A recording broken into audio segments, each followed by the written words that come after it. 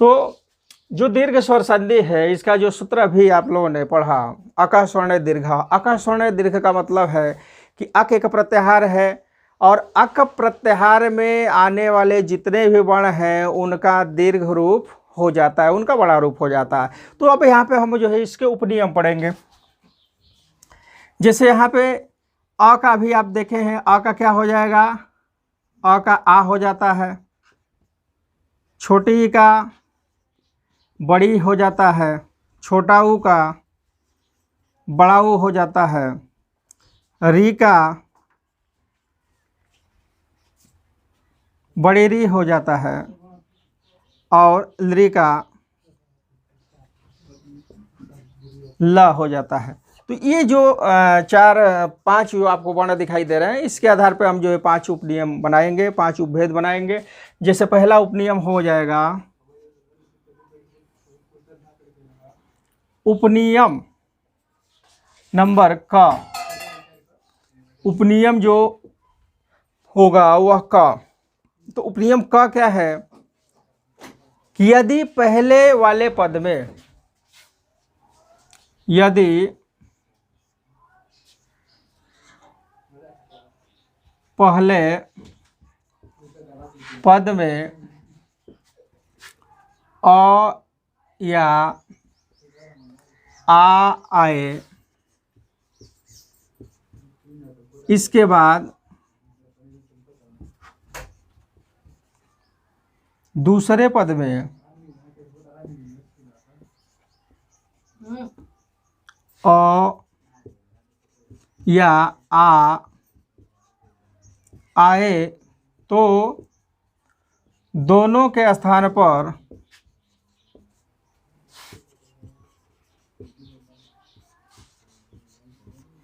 आ हो जाता है।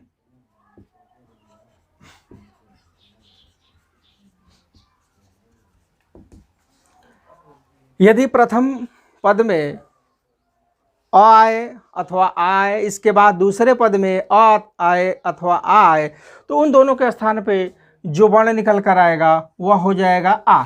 जैसे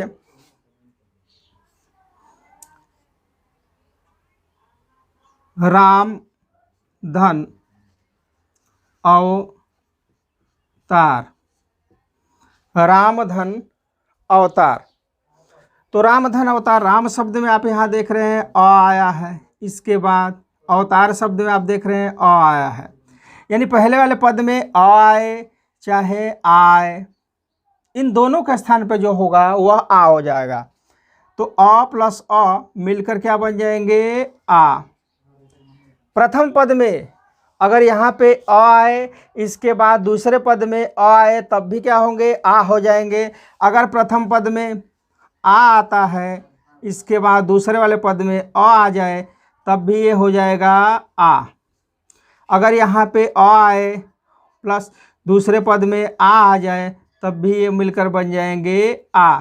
और पहले पद में अगर आ आता है, दूसरे पद में अगर आ बन आए, तब भी ये मिलकर बन जाएंगे आ। यानी कहने का मतलब ये है कि कोई भी पद हो, प्रथम पद में अ आना चाहिए या आ आना चाहिए, दूसरे पद में अ आए या आ आए, ये दोनों मिलकर के आ में बदल जाते हैं। जैसे उदाहरण देखेंगे,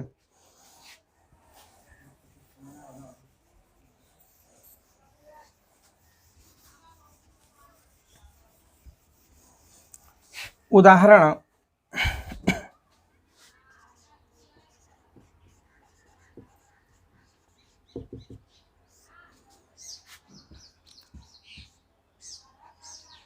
विद्या प्लस अर्थी बराबर ये हो जाएगा विद्यार्थी। विद्या प्लस अर्थी बराबर विद्यार्थी। यानी पहले पद में क्या आया, आ आया, इसके बाद दूसरे पद में क्या आया, अ आया, ये दोनों मिलकर क्या बन गए, आ। तो जो आ की मात्रा इस पर लगेगी तो ये रूप बनेगा विद्यार्थी। अगर पूछा जाए कि विद्यार्थी शब्द में कौन सी संधि है, तो उसमें जो स्वर संधि होगा, और स्वर संधि में कौन संधि होगा, तो हो जाएगा दीर्घ स्वर संधि। देखिए कोई भी शब्द हो, अगर शब्द को देकर पूछा जाए कि इस शब्द में कौन संधि है, तो इसका बिल्कुल ही आसान ट्रिक है, आसान ट्रिक से इसको समझ सकते हैं। कोई भी शब्द ले लीजिए, तो इसमें क्या होता ना, अगर दीर्घ संधि का कोई ही वर्ण हो, कोई भी शब्द हो और उस शब्द से पूछा जाए कि इसमें कौन संधि है, तो बिल्कुल ही आसानी से आप बता सकते हैं कि इसमें जो है दीर्घ स्वर संधि है। जैसे कुछ शब्दों को हम ले रहे हैं, जैसे यहाँ पे शब्द हो गया हिमालय, देवालय, शिवालय,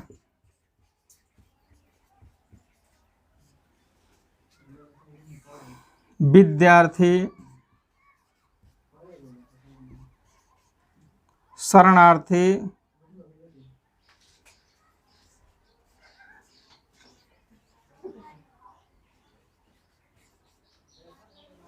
शरणार्थी। तो इसमें अधिकांशतः क्या होता है कि पहले वर्ण के बाद अगर दूसरे वर्ण में आ की मात्रा लगी हो, तो उसमें जो है संधि आप देखेंगे तो स्वर संधि होगा। पहले वर्ण को छोड़िए, दूसरे वर्ण में देखिए आ की मात्रा, पहले वर्ण को छोड़िए, दूसरे वर्ण में हो जाएगी आ की मात्रा। यहाँ पे भी आप देखेंगे शरण धन अर्थी से शरणार्थी होगा, तो यहाँ पे भी आप देख रहे हैं आ की मात्रा आया है। तो पहले वर्ण के बाद अगर दूसरे वर्ण में अगर आ स्वर हो, आ की मात्रा लगी हुई हो, तो ऐसे शब्दों में अधिकांशतः दीर्घ स्वर संधि होता है। अब दीर्घ स्वर संधि का कुछ अन्य उदाहरण और ले लेंगे। जैसे सुरारी शब्द ले लिया जाए, सुरारी। अब सुरारी शब्द का अगर संधि विच्छेद किया जाए तो ये हो जाएगा सुर धन अरी। सुर धन अरी बराबर ये हो जाएगा सुरारी।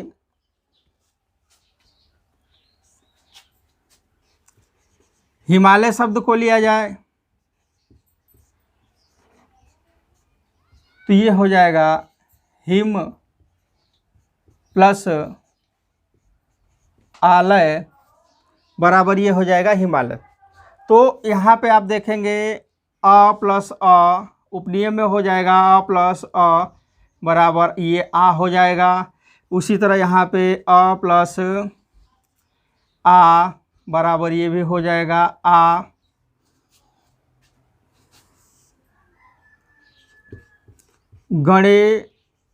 गणेशालय, गणेशालय, गणेशालय शब्द का अगर संधि विच्छेद किया जाए तो गणेश, गणेश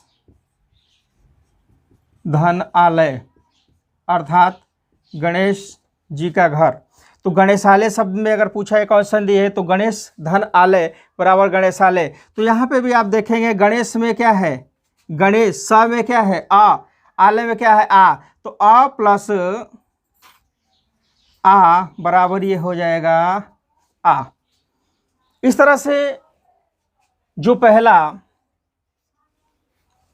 उपनियम है इस तरह से आपको समझ में आ जाएगा। यानी इसमें कुछ नहीं करना है। इसकी पहचान ये है कि प्रथम वर्ण को छोड़ करके अगर दूसरे वर्ण में देखा जाएगा तो लगभग 80% तक आ की मात्रा आपको दिखाई देगी। यहाँ पे भी आ की मात्रा है, यहाँ पे भी आ की मात्रा है। तो पहले वर्ण को छोड़िए, दूसरे वर्ण में अगर आ की मात्रा लगी हुई हो तो ऐसे शब्दों में अधिकांशतः दीर्घ स्वर संधि होता है। अब चलिए दूसरा उपनियम पढ़ते हैं। दूसरा उपनियम ये है,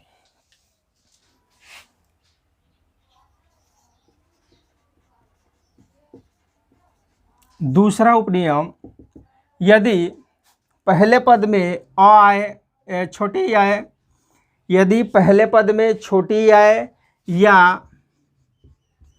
बड़ी आए, इसके बाद पहले पद में छोटी आए या बड़ी आए, इसके बाद दूसरे पद में छोटी ई आए या फिर बड़ी ई आए, तो दोनों के स्थान पे बड़ी ई हो जाता है। ठीक है, ये पहला पद हो गया। और ये हो जाएगा दूसरा पद। पहले पद में छोटी आए या बड़ी आए, इसके बाद दूसरे पद में छोटी आए या बड़ी आए, तो दोनों के स्थान पर जो होता है वह बड़ी हो जाता है। जैसे मान लीजिए यहाँ पे कपि धन ईश, इसको ले लिया जाए उदाहरण में, कपि धन ईश। तो ये जो पहला पद है, ये जो है ये पहला पद हो जाएगा और ये हो जाएगा दूसरा पद। तो पहले पद में देखिए यहाँ पे क्या आया, छोटी आया, इसके बाद ये हो गया दूसरा पद। तो दूसरे पद में इन दोनों में से क्या आया, बड़ी आया। तो छोटी प्लस बड़ी मिलकर बन जाएंगे बड़ी। अर्थात यहाँ पे अगर छोटी या बड़ी आए पहले वाले पद में, इसके बाद यहाँ पे दूसरे वाले पद में छोटी या बड़ी आए, तो दोनों मिलकर के बड़ी ई में ही बदल जाते हैं। ठीक है, तो कपि में देखिए छोटी आया और यहाँ पे बड़ी में, इसमें जो है आप देख रहे हैं बड़ी आया। तो ये छोटी प्लस बड़ी बराबर ये हो जाएगा बड़ी, और जो बड़ी की मात्रा है ये मात्रा आपका लग जाएगी इस पर। तो जो रूप बनेगा तो वो हो जाएगा क पी स, यानी यहाँ पे जो छोटी की मात्रा थी वह बड़ी में बदल गई। रूप बनेगा कपीस। यहाँ पे ऐसे भी लिख सकते हैं, छोटी प्लस बड़ी ई बराबर बड़ी। अगला शब्द है रवि प्लस इंद्र। रवि धन इंद्र, रवि धन इंद्र। अब इसका हमें संधि बनाना है, रवि धन इंद्र। तो ये जो पहला पद है इसमें आप देख रहे हैं छोटी आ रहा है, इंद्र में क्या आ रहा है, छोटी ही आ रहा है। अब ये दोनों है, ये दोनों ही किस में बदल जाएंगे, बड़ी में। तो छोटी प्लस छोटी बराबर बड़ी, बड़ी प्लस बड़ी बराबर भी होगा बड़ी, छोटी प्लस बड़ी मिलकर के भी होगा बड़ी। तो यहाँ बड़ी का ध्यान देना है। तो रवि धन इंद्र बराबर ये हो जाएगा रविंद्र। रविंद्र, रवि धन इंद्र बराबर रविंद्र। यहाँ पे उपनियम में लिख सकते हैं छोटी प्लस छोटी बराबर बड़ी।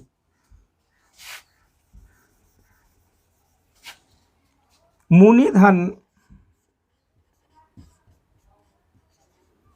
इंद्र बराबर ये हो जाएगा मुनिंद्र। मुनि धन इंद्र बराबर मुनिंद्र, वह भी ऐसे ही छोटी प्लस छोटी बराबर ये बड़ी बदल जाएगा। इसके बाद श्रीष शब्द को ले लिया जाए। अगर ये दे दिया जाए कि श्रीष शब्द का संधि विच्छेद क्या होगा, श्रीष। तो श्रीष, श्री में यहाँ पे देखिए श्री धन, इसमें हमेशा बड़ी की मात्रा रहती है, बड़ी होता है। तो यहाँ पे आप देख रहे हैं कि यहाँ पे बड़ी छोटी, बड़ी प्लस बड़ी दोनों का मेल हो रहा है, और ये दोनों मिलकर के भी बड़ी में बदलेंगे। तो जो रूप बनेगा वो बनेगा आपका श्रीष, बड़ी प्लस बड़ी बराबर ये हो जाएगा बड़ी। इस तरह से जितने भी शब्द हैं अधिकांशतः इसी नियम उपनियम से जो है उस शब्दों का आप जो है संधि कर सकते हैं, विच्छेद कर सकते हैं। अब यहाँ पे आप देखिए इसको कैसे याद किया जाए। अगर ऐसे शब्द आ जाए और इस शब्द को देखकर पूछा जाए कि इसमें कौन संधि है, तो बिल्कुल वैसे ही क्या करना है कि पहले वर्ण को छोड़िए, दूसरे वर्ण में देखिए। तो पहले वर्ण को हमने छोड़ा, दूसरे वर्ण में क्या आया, बड़ी। पहले वर्ण को छोड़ा, दूसरे वर्ण में क्या आया, बड़ी। पहले वर्ण को छोड़िए, दूसरे वर्ण में बड़ी, और यहाँ पे भी आप देखेंगे बड़ी। तो यहाँ पे जो ये है कि छोटी का क्या हो जाता है, बड़ी। तो पहले वर्ण को छोड़ करके अगर दूसरे वर्ण में बड़ी की मात्रा है, पहले वर्ण को छोड़ करके अगर दूसरे वर्ण में आ की मात्रा है, बड़ी की मात्रा है, बड़ाऊ की मात्रा है, उस तरह से हम जान जाएंगे कि इसमें दीर्घ स्वर संधि होगा। अगला उपनियम देखेंगे तीसरा,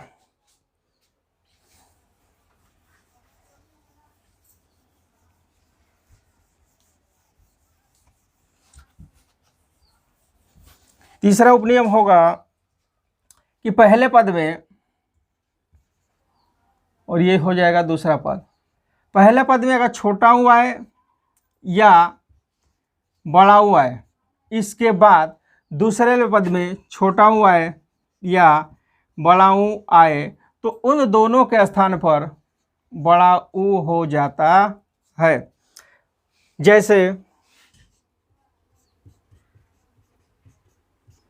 भानु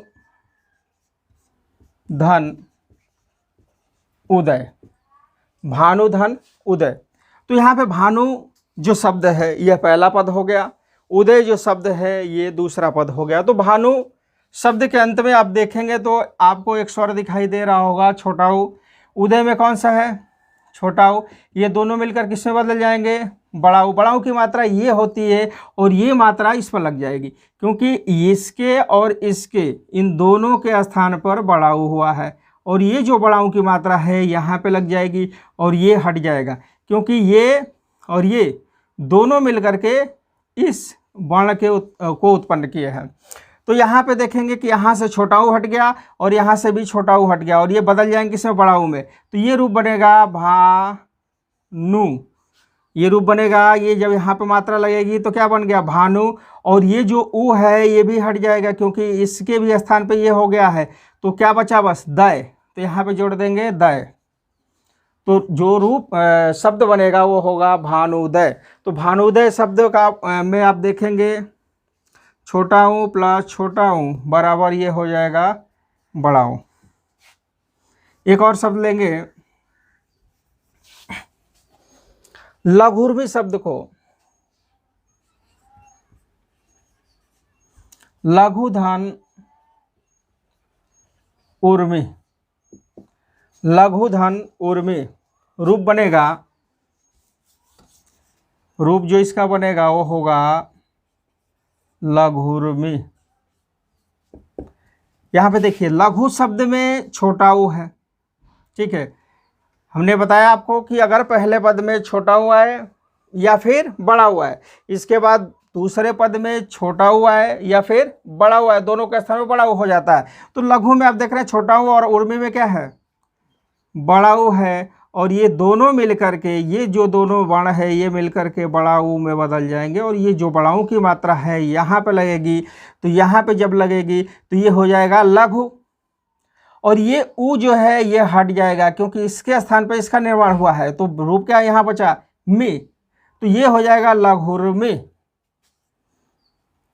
छोटा ऊ प्लस बड़ा ऊ बराबर ये हो जाएगा बड़ा ऊ। इसमें भी वही नियम लागू रहेगा। एक और शब्द देखेंगे वधुत्सव, वधु धन उत्सव, वधु धन उत्सव। तो वधु में छोटा ऊ, उत्सव में छोटा ऊ, मिलकर क्या बनेंगे? बड़ा ऊ में वधुत्सव। ये भी ऐसे ही बन जाएगा, छोटा ऊ प्लस छोटा ऊ बराबर ये हो जाएगा बड़ा ऊ। तो इसमें भी बस वैसे ही इसकी भी पहचान है। अगर मान लीजिए कि भानुदय शब्द देकर, लघुर्मी शब्द देकर, वधुत्सव शब्द देकर पूछ लिया जाए कि इन शब्दों में कौन सा संधि है, तो आप बताएंगे कि दीर्घ स्वर संधि है। और इसका पहचान हमने आपको बताया कि पहले वर्ण को छोड़िए, पहले वर्ण को छोड़िए दूसरे वर्ण में जाइए। तो यहाँ पे भी पहले वर्ण को छोड़ दीजिए, तो पहले वर्ण को छोड़िए दूसरे वर्ण में देखिए बड़ा ऊ आया है क्या? यहाँ पे बड़ा ऊ आ गया। पहले वर्ण को छोड़िए दूसरे वर्ण में बड़ा ऊ, पहले वर्ण को छोड़िए दूसरे वर्ण में बड़ा ऊ। तो ये जो आ है, बड़ी है, बड़ा ऊ है, बड़ी री है, पहले वर्ण को छोड़ने के बाद दूसरे वर्ण में लगभग 90% तक ये वर्ण आते हैं। और अगर ये वर्ण आ जाए तो उसमें आंख बंद करके आप बस ये कह दीजिए कि उसमें दीर्घ स्वर संधि है। चलिए अगला उपनियम पढ़ते हैं। अगला उपनियम है चौथा। यदि पहले पद में री आए या बड़ी री आए,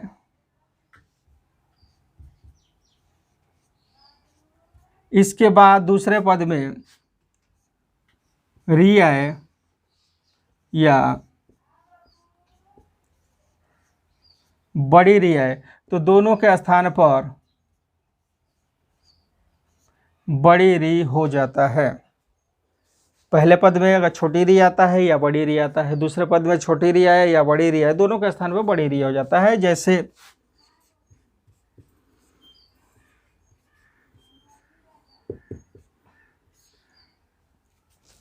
जैसे में शब्द होगा पितृ धन ऋणम, पितृधन ऋणम। पितृधन ऋणम में आप देख रहे हैं पहले वाले पद में पितृ जो शब्द है, पितृ शब्द में कौन सा स्वर आया? तो पितृ जो शब्द है त्रि में कौन स्वर है? त्रि में री है। ऋणम में कौन सा स्वर है? तो यहाँ पे भी आप री देखेंगे। तो छोटी री और छोटी री मिलकर क्या बन जाएंगे? बड़ी री। और बड़ी री की जो मात्रा है वह इस तरह से, छोटी री की मात्रा ये हो जाएगी और बड़ी री की मात्रा ये हो जाएगी। तो जो रूप बनेगा तो ये मात्रा, ये जो मात्रा है यहाँ पर लग जाएगा और ये जो री है वो समाप्त हो जाएगा, क्योंकि इन दोनों के स्थान पर इस बड़ी री का निर्माण हुआ है। ये बड़ी री जो है बदला हुआ है, तो ये रूप बनेगा पितृणम, पितृणम, पितृणम। उसी तरह एक और शब्द लिया जाए मातृधन ऋणम, मातृधन ऋणम, ये रूप बनेगा मातृणम, मातृणम। यहाँ पे छोटी री, यहाँ पे छोटी री, दोनों मिलकर के बड़ी री में बदल जाएंगे, तो ये रूप बनेगा मातृणम। तो अधिकांशतः ये शब्द दे करके पूछ देता है हाई स्कूल के पेपरों में, 11-12 के पेपरों में, कि इसमें कौन संधि है या फिर इसका संधि विच्छेद कीजिए। तो इसका संधि विच्छेद कुछ नहीं करना है, या ऐसे कर देना है, क्योंकि जो पितृणम है, पितृ का ऋण, पिता का ऋण, तो यहाँ पे पितृ शब्द से पिता का जन्म हुआ है, मातृ शब्द से माता का जन्म हुआ है, तो पितृधन ऋणम कर देंगे, पितृणम हो जाएगा। ये इसमें उपनियम में लिखेंगे छोटी री प्लस छोटी री बराबर बड़ी री, यहाँ पे छोटी री प्लस छोटी री बराबर हो जाएगा बड़ी री। एक और लास्ट जो आपका इसमें बच रहा है लृ,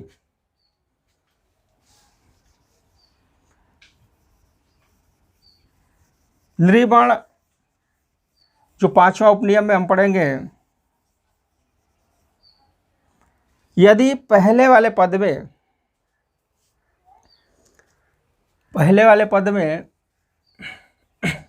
लृ आए, पहले वाले पद में लृ आए, जैसे होत्री धन लृकारा, होत्रिधन लृकारा, इस तरह से रूप आता है। यहाँ पे लृ जो होता है, लृ का कोई दीर्घ रूप नहीं होता है, तो री के बाद अगर लृ आता है तो ये जो होता है बड़ी री में ही बदल जाएगा, तो ये रूप बनेगा होत्री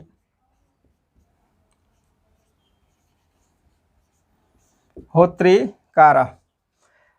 इसमें भी आप देखिए पहले वर्ण को छोड़िए, दूसरे वर्ण में अगर इस तरह से लगा रहेगा तो उसमें आपका जो हो जाएगा दीर्घ स्वर संधि हो जाएगा। जैसे मातृधन ऋणम में भी आप देखेंगे, मातृधन ऋणम,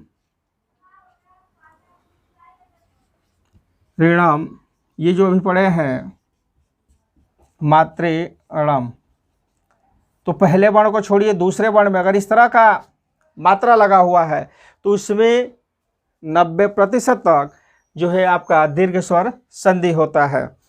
तो अगला दीर्घ स्वर संधि, मुझे पूरा उम्मीद है कि आपको समझ में आया होगा। इसके बाद दीर्घ स्वर संधि,